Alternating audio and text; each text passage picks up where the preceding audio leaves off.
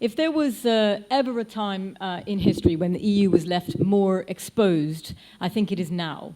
It's exposed in terms of it being a neoliberal institution, and as a result, it's exposed because it's growing increasingly unpopular with the populations of Europe. I want to outline how we should understand the connections between the refugee crisis, imperialism, and the EU as an institution, one that needs to expand its markets beyond its borders to remain globally competitive, and in the process, defend those markets with military force. And as such, it plays a key role in imperialism and war, and we have to understand it like that. And I think it's worth reminding ourselves as to why we call what is happening in Europe now a refugee crisis, and how the new solidarities that are emerging must be supported. The refugee crisis, in which more than a million people have arrived in Europe last year alone, and where almost 3,000 people, according to the International Organization for Migration, have drowned in the seas in the attempt, has been an absolutely unmitigated disaster. The response has not only been utterly inadequate, but it should mark the EU as a racist, militarist institution, and we should, as I say, understand it as such. The top 3 countries from which people have been fleeing are Syria, Afghanistan, and Iraq. Also the top 3 countries in which many EU countries have been involved in launching major military operations over the past 15 years in collaboration with the US and NATO. 3 operations are particularly noteworthy. We know that Operation Mare Nostrum, which was funded by the European Commission and managed by the Italian government, designed to bring refugees to safety on the shores of Europe, was withdrawn in 2014 by the EU only after a year. It was said to have been that Operation Mare Nostrum was said to have been responsible for rescuing 150,000 refugees during its year-long existence. When the EU withdrew the program, it cited costs and also that it was only ever meant to be an emergency operation. And that operation was replaced by the EU, by the EU's border agency, Frontex, by an operation called Operation Triton. There were also suggestions, mainly by the British government, but this was not challenged by the EU, that Mare Nostrum, which included the provision of medical treatment, shelter, and food, was a so-called pull factor for migrants, encouraging them to attempt crossing over. And the purpose of Frontex is to prevent refugees from entering Europe. Its focus is border protection and securing the external borders of Europe by coordinating the national border guards. And that was primarily the purpose of Operation Triton. And again, according to the IOM, deaths at sea rose 9 times after the end of Operation Mare Nostrum. Now, partly to address this, the EU initiated Operation Sophia. Operation Sophia is a military operation that's not very significantly been covered in the media, but has been heavily criticized, across the heavily criticized, but even by the British House of Lords for being ineffective. The purpose of Operation Sophia is not mainly been to save lives, because it operates on a budget of less than a third of Mare Nostrum, but nor does it address the root causes of the refugee crisis. The real purpose of Operation Sophia is actually to prevent refugees using Libya as a transit country through which to get to Europe by stationing ships in the international waters around Libya to stop refugees from leaving. So, the first question I think we have to ask, and I think which is the most significant one, is why are the wars that have created the refugee crisis being waged in the first place? When the nation states of Europe moved towards closer integration after the Second World War to counter the influence of communist Russia and expand trade for both reconstruction and consolidating its markets beyond its borders, Europe, of course, became a strategic ally of the US in promoting the free market through NATO and defending, as I said, those markets abroad. And Britain in particular, after it was replaced by the US as the world's most powerful imperial nation, has had to find its place in the world. and chose to promote US interests in Europe, becoming America's biggest ally, and thereby benefiting from US support for British capital.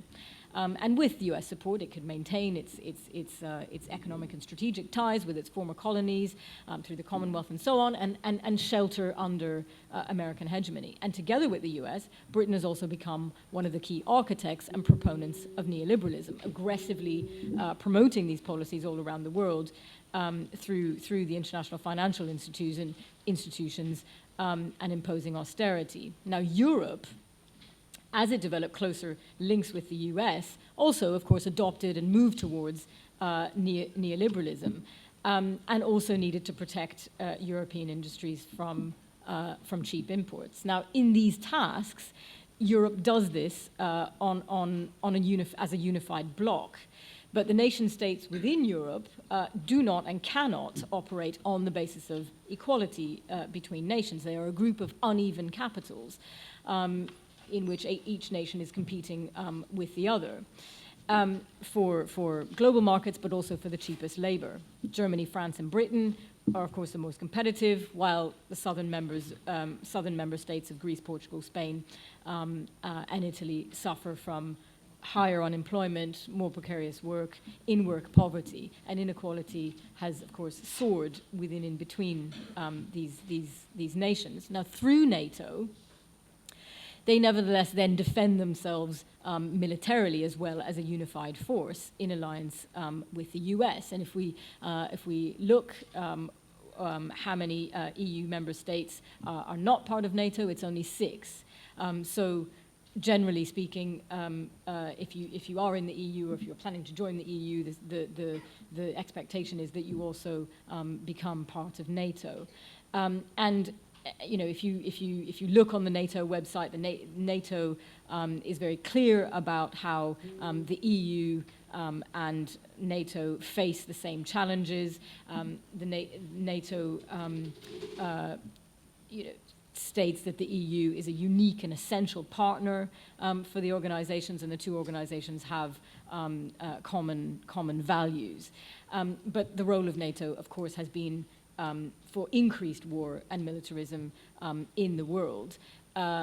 If we just look at the case of Afghanistan, I mean, the military operation that NATO led from 2003 to 2014 in Afghanistan, taking over when the US-led operation in Iraq, when the US wanted more room to be fighting in Iraq, NATO took over in Afghanistan, and the role was to create, I mean, the aim was to create security and stability. Instead, the Taliban was ultimately strengthened, other militia groups have arisen, the security situation in Pakistan has worsened. That border facilitates drugs, weapons, people trafficking, and so on. And if you look at the social development indicators in Afghanistan, they're some of the worst in the world. Of course, all happening under NATO. Life expectancy in Afghanistan is 60, literacy is 32%, unemployment is 52%.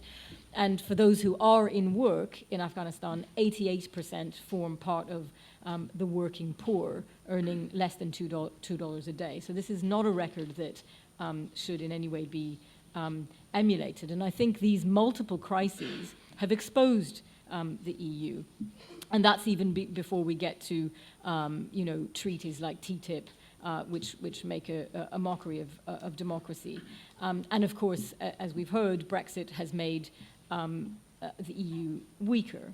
And popular support, it should be said, for the EU is declining across Europe. There's a Pew Research poll conducted that was conducted before the referendum, which revealed that a median of only 51% across 10 EU countries surveyed said that they have a favourable view of the European Union. So that is low. So, and at the moment, it is an absolutely huge and complex political crisis in which Jeremy Corbyn is looking like the only man standing. And it's arguable that Brexit could mean that Britain has less influence in the world, which, given its record, may not be a bad thing. It's true, I think, what commentators have been saying about Britain being divided. Britain has been divided as a result of years of austerity and fighting wars and neoliberalism. And it's this that's led to a rise in racism over the past 15 years, not just the Leave vote, which is a moment that we're experiencing now, but which we've experienced moments like this where we have a spike in racism. And so I think we have to reject the idea that Britain, had suddenly turned racist by voting to leave, and ask where this racism has come from. And we also have to understand where Brexit has come from. It's primarily come from as we've heard, working class people desperate for change. And the opinion polls are very clear. In depressed areas of the country in which industry is being decimated, unemployment is high, living standards have declined, yes, there were high turnouts for Leave. And of course the vote was complicated, and there's undoubtedly a racist narrative on both sides.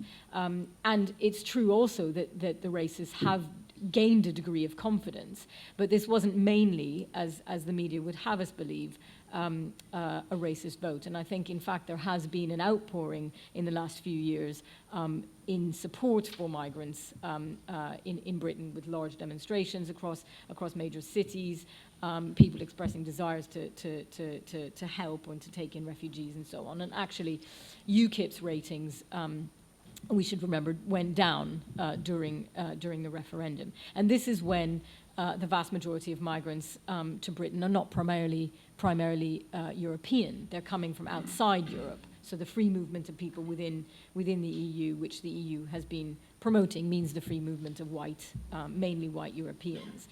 And I think one thing also that we need to bear in mind is that the EU has also presented this refugee crisis as one that originated outside of its borders, and to which it's merely responding.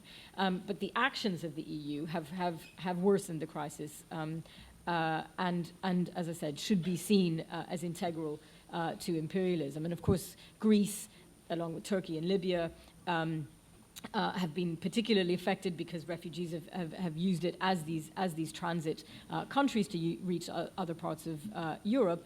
But and this is at a time when the Greek economy has been devastated. And of course, we don't need to outline here what the cost has been. But despite that, there have been, again, outpourings in many cases of Greeks making common cause and solidarity with the refugees.